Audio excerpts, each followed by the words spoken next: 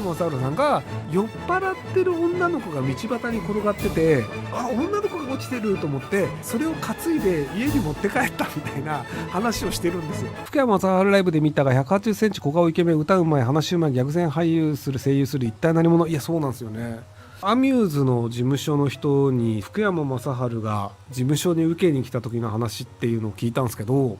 いろんな人が芸能事務所入りたいですって来るじゃないですか。で福山雅治さんが渋谷のアミューズがあるインフォスタワーっていうところに来て、で面接の時に僕モテるんですって話をしてて、ほうほうみたいな、じゃあ今から女の子を10人連れてきますって突然言い始めたらしいんですよ。で渋谷の街中行って、俺これから芸能事務所受けに行くんだけどちょっと来てくんないって言って女の子10人連れて戻ってきたらしいんですよね。でこいつはすげえやみたいなのになってそのまま採用されたみたいな話を確か聞いたと思うんですけど、だからマジで優秀なんですよ。福山雅治さんのすごいのはなんかその嫌味な感じがしないんですよね。ラジオで割とそのいろいろエロい話とかもするんですけど、福山雅治さんが一つ屋根の下でっていう撮影をしてる最中に酒井紀子さんがめちゃめちゃ綺麗で可愛いので演技をしてる酒井紀子さんを見ながらズボンのポケットに手突っ込んでおちんに触ってたみたいな話をラジオで言う人なんですよ。なんか酔っ払ってる女の子が道端に転がってて、女の子が落ちてると思ってそれを担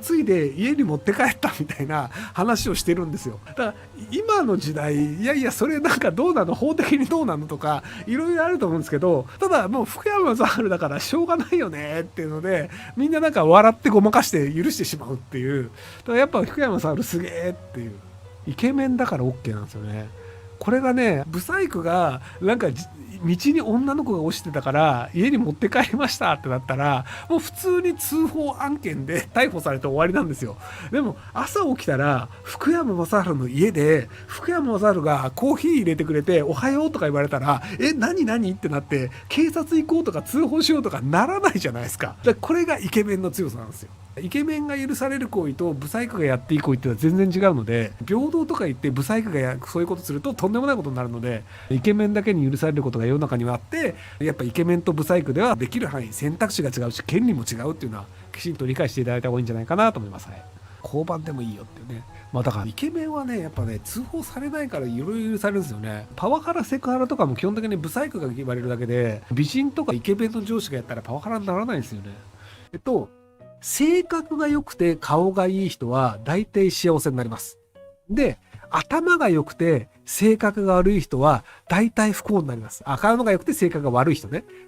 大体不幸になります。頭がいいと幸せになるは実はあまり比例しないんですよ。頭がいいで勉強できると思って大学行って頭がいい人が入るような会社に行くと、もっと頭がいい人が世の中にいるという現実にぶつかるんですよ。勉強しないで東大に受かりましたみたいなめちゃくちゃ頭いい人は別にして、多少頭がいいレベルの人って自分より上がいるよねってなるんですけど、子供の頃から見た目が良くて性格がいいと割と人が寄ってくるんですよ。で、性格が良いという能力は A さんと B さんどっちの方が性格がいいから採用しようとかないんですよ。美人も人によって好みとかあるんですけど、美人は美人でいいじゃないですか。でも頭がいい人だとこの人の方が頭がいいよねとか割とその序列がつけやすいんですよね。でも性格とか顔って序列がつけられないので、割と性格がいい人は性格いい人だよねっていうので人は寄ってくるし、顔がいい人は顔がいい人だよねって人が寄ってくるっていう状況になるので、序列がつけづらくて劣化しづらい能力っていう意味でいくと、顔がいいとか性格がいいっていうのは一生続くのでいいんじゃないかなと思いますけどね。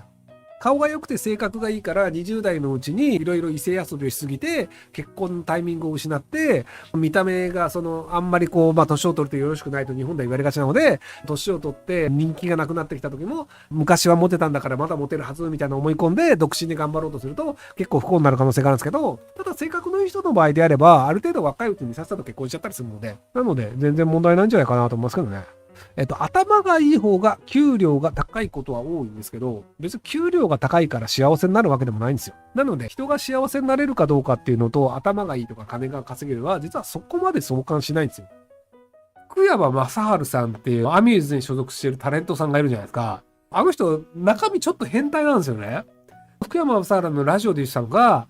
ポケットに手突っ込んでよく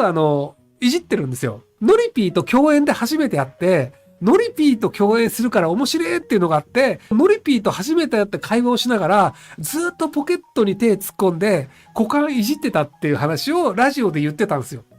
多分ノリピーのポスターを見ながら股間いじってる人っていっぱいいたと思うんですけど、福山さんさ、本人目の前にして喋りながら股間いじってたっていうのをラジオで言ってたんですよね、確か。はい。なので、福山さん、本当面白いなと思って、どうでもいい話なんですけど、これがね、言えんのすごいんだよね。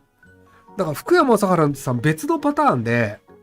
酔ってる女の子が道端にいるのを、酔ってるのを介護するとか、胸触っちゃうとかいるじゃないですか。酔ってる女の子を拾って家に持ち帰ったことがあるみたいなことをラジオで言ってたんですよね。で、その後何したのかまで言ってなかったんですけど、でも、福山雅治だったら担いで持って帰って気づいても、多分トラブルにならないから、やっぱイケメンってすげえなっていう。でも、